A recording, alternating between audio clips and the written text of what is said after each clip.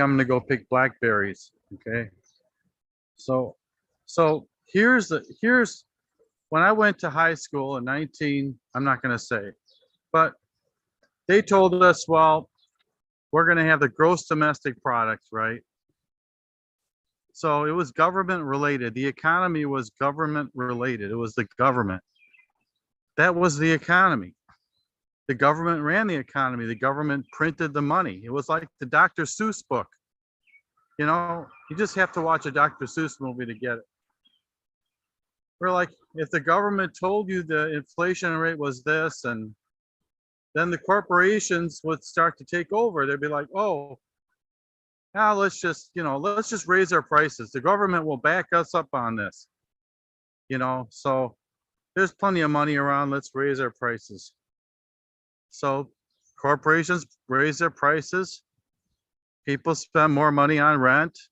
I don't know. Maybe less people owned homes. Maybe more people owned homes. But what's the point? It was a production economy. Then it was a consumer economy. Now everybody in the world can buy stuff. Now we're in a third phase of our economy. The economics is not based on the government. The government says this and the government says that.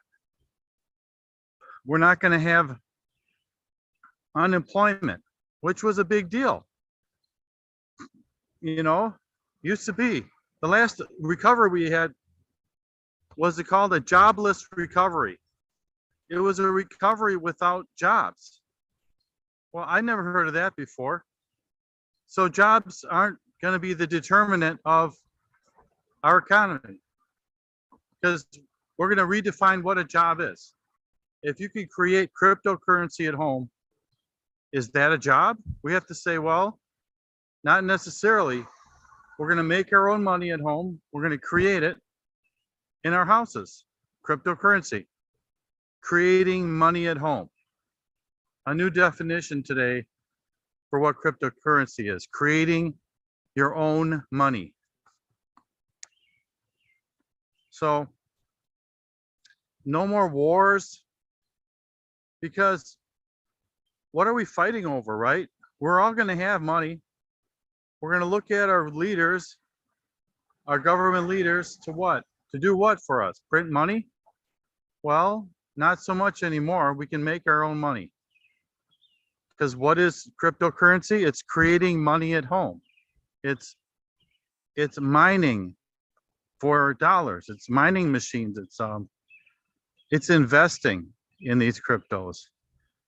And the value of these cryptos go up, and you convert those to dollars or Bitcoin, or they're trying to make Bitcoin an ETF, a currency, a security, just like a stock. And so no more wars, no more unemployment. If you want a job, great. If you don't speak English, it doesn't matter. If you don't understand math, it doesn't matter. All you need to do is be able to create money. And it take a little bit less racism out there. Are we going to be a perfect society? Maybe not, but we're getting more perfect.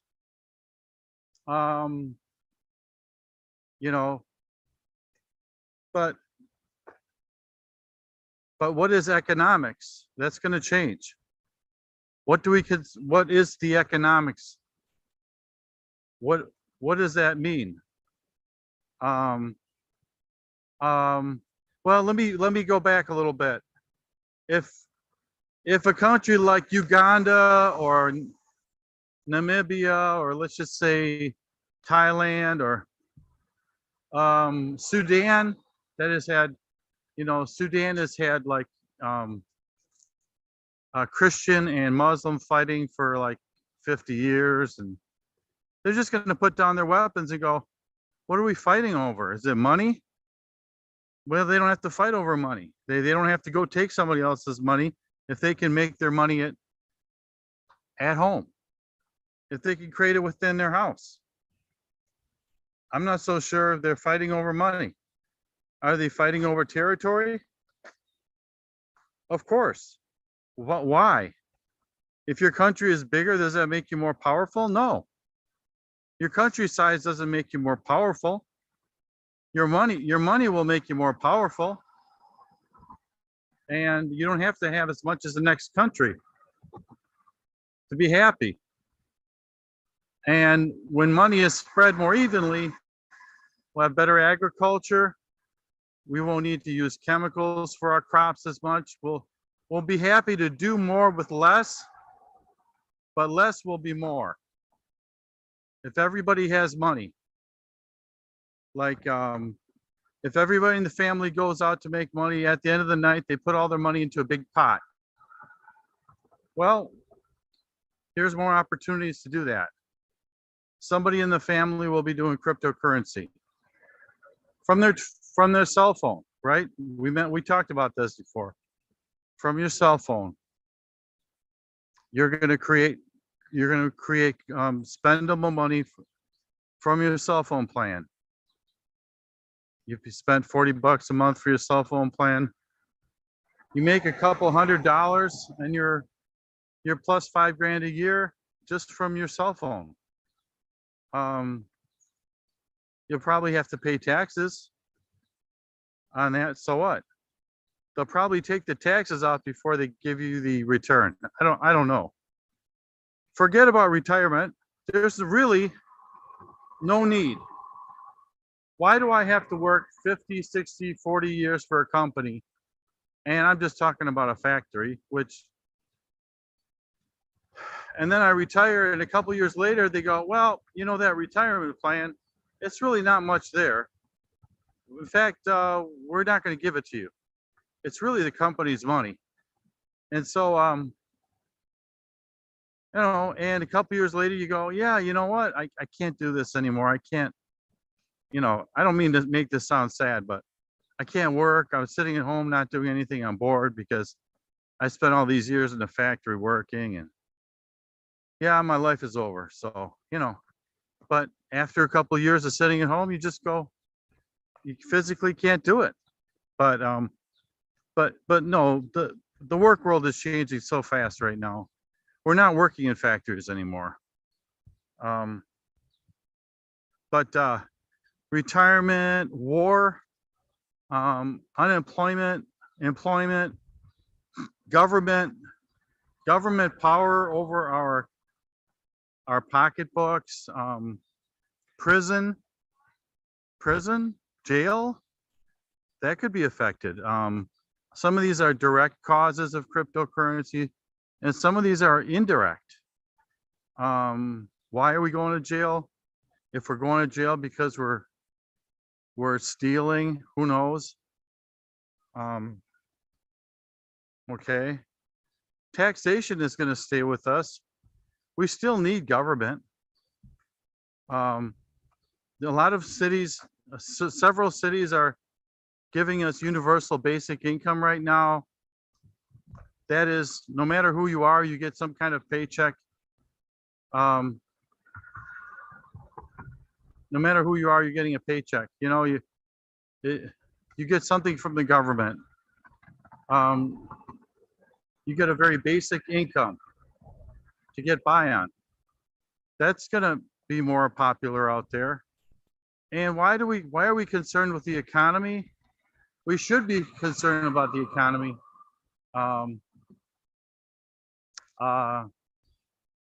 But I live in a community where there's like 8,000 tech workers, and there's only 12,000 people in the town, in the city. So what you do for a living won't be very much of a concern anymore, right? What do you do for a living? There'll be a lot of great things, great jobs out there. That won't change. But we can't predict it all, can we? Some things, robotics is coming. Robotics is automation at factories. Production There may be more production in the United States than before, but we're not going to be a consumption economy, right? Like we just have consumers, right? That will probably go out the door. Like all we do is we purchase things all day, you know, like Amazon or anywhere in the world we can purchase things. Now we're going to be a production economy. We'll be producing our own money. So produce, right? Produce, produce, produce, make, make, make. You know, along with producing our own money, we'll be producing other things that'll lend ourselves to creativity, a new age of entrepreneurial, a new entrepreneurial age, but it'll be a brand new economy. It won't look like any economy of the past. We won't be talking about inflation anymore because there really won't be any inflation. Deflation, stagflation, whatever it is, we're going to have to give it a new name. But we're not going to be suffering like economically, maybe, as if we're suffering now. But more of the countries will be able to partake in our prosperity of working, prosperity of earning an income and supporting their families. We'll be able to have bigger families from here on out. That's a really great plus of this new economy. Bigger families, more houses, more construction, more home ownership. We're just on the tail beginning of this thing right now. So am I predicting all this? Yeah, I guess you have to do that, you know? I mean, if I'm not doing it, I know the government's doing it. The government knows exactly what's going to be occurring 5 years from now. They're just normal Americans in the government that have extraordinary abilities. So they're predicting what the economy will look like. Will it matter how much money you have? Not necessarily, right? Right? Because you can create the money when you need it. So how much do you have? Might not be as important anymore. I'm going to recommend Solana, S-O-L. I'm going to put it in the chat because at my other show I did that. I'm going to type it in here in the chat. It has a cryptocurrency.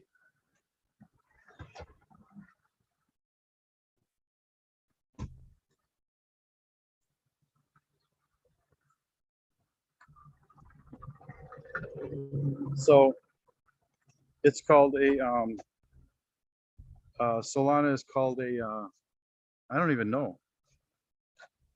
Like it's kind of like Bitcoin. I'll put Bitcoin here because it's pretty close to what Bitcoin is. But it'd be a Bitcoin of the future, right?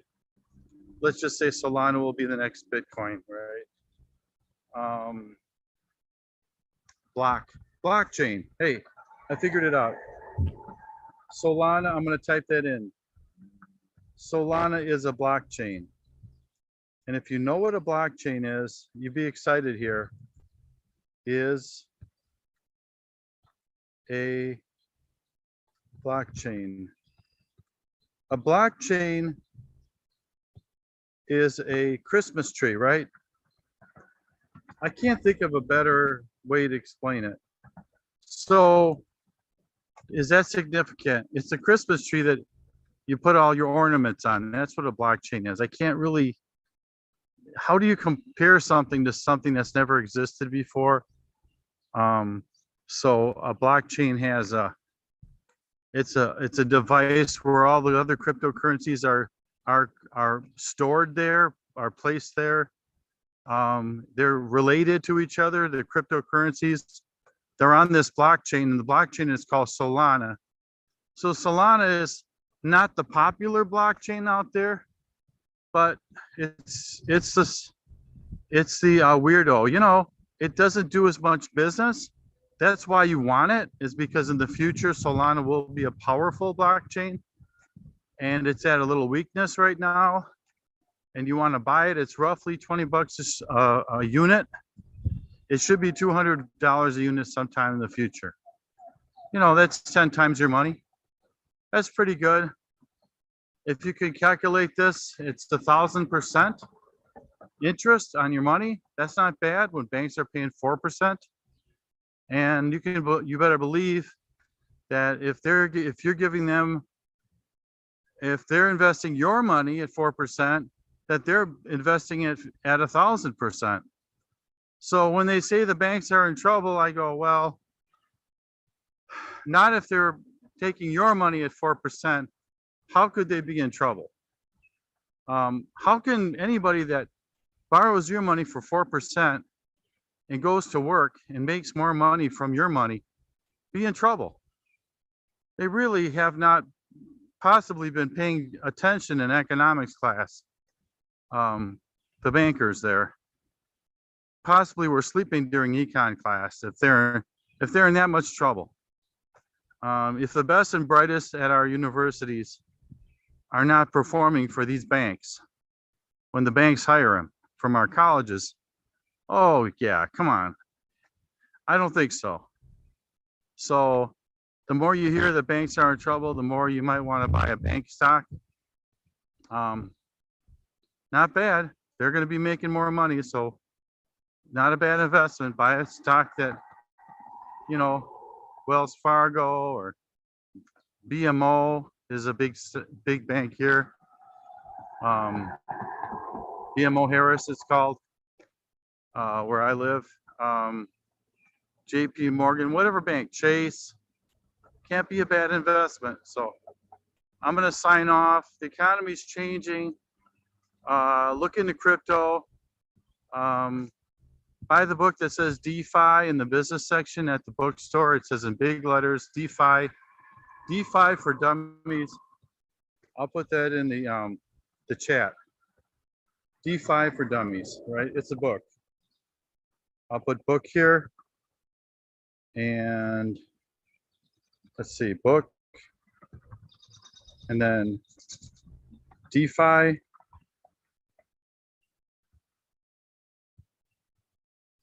For Dummies, right? First, those of you who haven't heard of this, right? This For Dummies line of books, they're printed by a business publisher. They publish only business books. And stop paying so much attention to movies and TV and Joe Rogan, and devote some of your time away from entertainment and the television, whatever, and your podcasts, and concentrate on figuring out how this crypto world works, and I'll try and help you along the way. Thank you, and we'll have.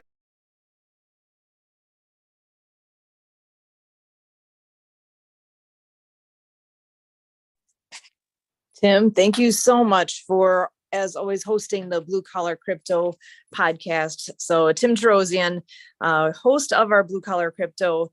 Special thanks to our distribution partners, Jay Stoyan with the Disability Channel out of Toronto, Ontario, Canada, Zach Clayton of the PAC Channel, Marcus Hart of Transform You Media Network, Lawrence Wingate with Wingate Studios and Wingate TV. And we also want to recognize Nonprofit TV for their support with the Facebook campaign. Thank you so much. We'll see you next time with Blue Collar Crypto every Sunday night, 4 p.m. and 6 p.m. Central. Thank you so much, Tim.